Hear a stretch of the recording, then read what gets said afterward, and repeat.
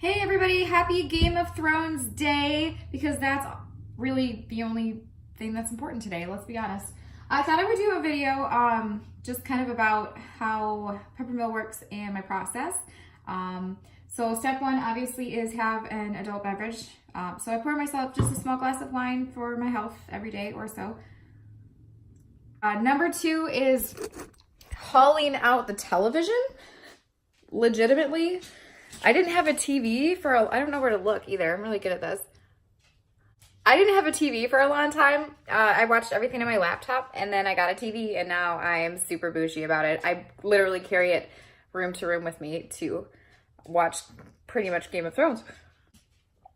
So we're gonna watch some Game of Thrones. We're going to make some candles, and welcome to my house and my kitchen. So the real first step after drinking is cleaning the kitchen, because I am messy and I eat a lot and I don't have a dishwasher. So that actually took 4 to 6 hours this morning, just cleaning everything, scrubbing down the counter. I don't use, oh, don't look over there though, that part's not done.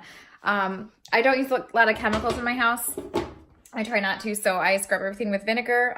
So it's a nice clean surface. And then we're going to go ahead and scoop in with my fun little teacup, because I can't just do normal things. We're gonna fill this up with some wax and get it going. I would never. I'm a fool. I'm losing. What do you think I should? Nobody makes something. So then we're gonna use a scoop of UV protectant. There is an actual recipe for how much you're supposed to use, and like it requires weighing things out, and I don't do that. I just do a scoop pretty much. It's just more of the same. Some of the scents tend to change color a little bit. That's just the nature of the beast. I'm working in a literal home kitchen, and I've been doing this for a year. So slowly improving, but every once in a while you get sort of a dingy candle. I still smell good, so don't be really stuck up about it, please. Light! Nice sword. You might have noticed my cool Halloween leggings too. Those are also important to my process. And my fun head wrap that's hiding the fact that I impulsively shaved my head a couple weeks ago, and it's growing back. And I have like sort of a hedgehog thing going on. It's very, this is sort of like wax on, wax off, sweep the leg, but it's better than spiky. So for now, we just wait for it to melt. We drink a little wine, watch a little Game of Thrones. That's it. Ollie. Ollie, do you love candles and Game of Thrones? You do?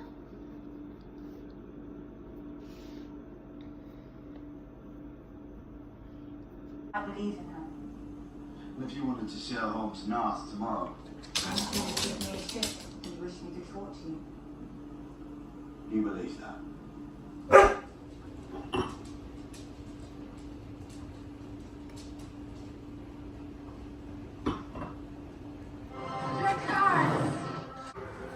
So while the wax is melting, I usually will get my tins started by using just a little condiment cup.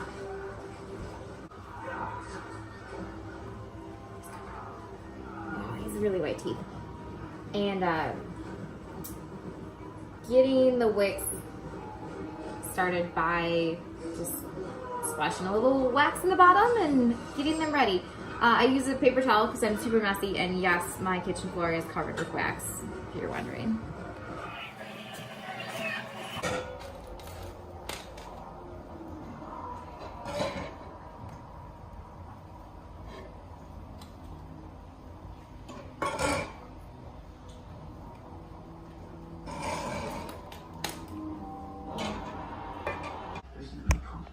I would normally wear makeup for this kind of thing where I'm in my pajamas making candles, but I didn't think you guys wanted to look at Gollum all day.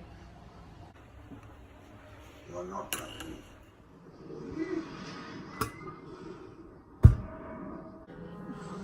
Okay, so I got the little wick holders, and I have my tins.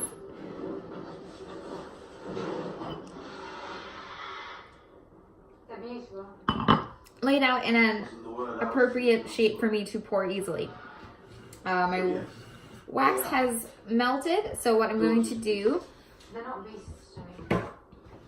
No matter how big they get, John, not beasts to her. they're my They're her children. So I have my fancy little kitchen scale that I use more than any human should ever use a kitchen scale. Be quiet.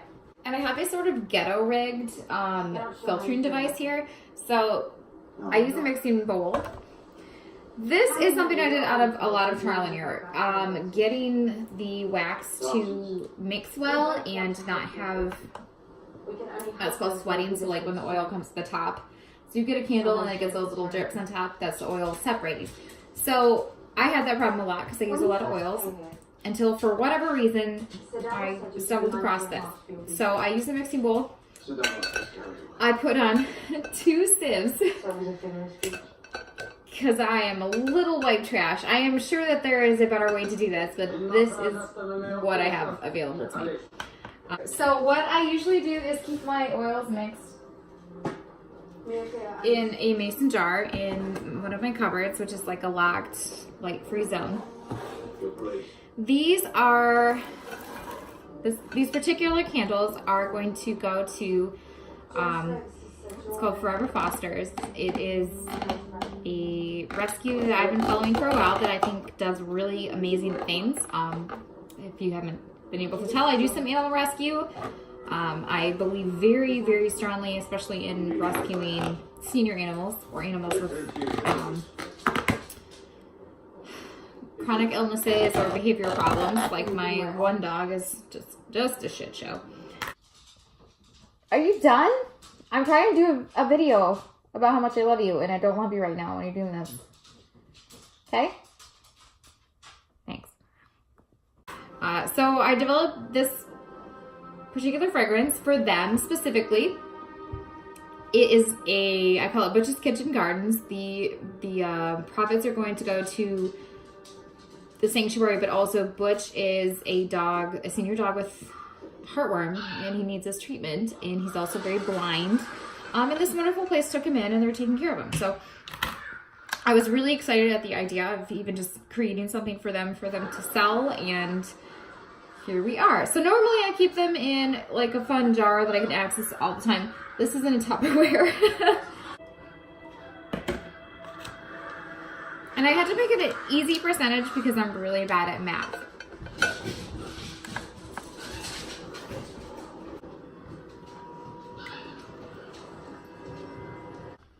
Give it a little stir with some of my old wicks that I saved.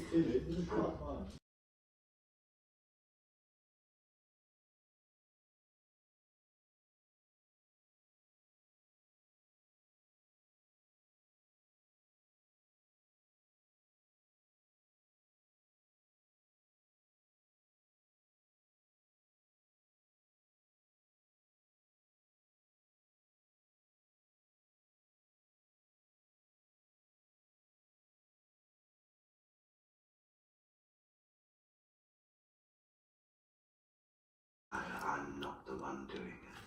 When the hair caught fire and the smell of the burning flesh filled the throne room, I'm not the one doing it. All right, so we got 4, 5, so we got a dozen candles poured. It worked out really well actually, but mostly because I spilled a lot. And she never will be. So these will sit and cure for the day, pretty much, taking up my counter. Find a way to make her listen. So the final step would be usually hitting them with a heat gun. A lot of times they do set beautifully and smoothly, but most of the time they don't. Let's be honest. So this gets some of the bubbles and imperfections off of the surface. And I go through an abnormal amount of paper towels a year. I'm working on that. I would like to reduce my waste at some point, but I do wipe down every single jar to make sure that there's no extra wax, and then we'll label it. I just switched labels. This is my new matte label, so it is actually waterproof, so if I get any little oils on it, it doesn't show. It's an upgrade, I consider, from my craft labels. Redid my brandy. Why are you in here? Can I help you? So thanks for watching my first video and bearing with me, and happy Game of Thrones Day, Valar Morghulis, which I butchered, but remember, All men must die, but we are not men.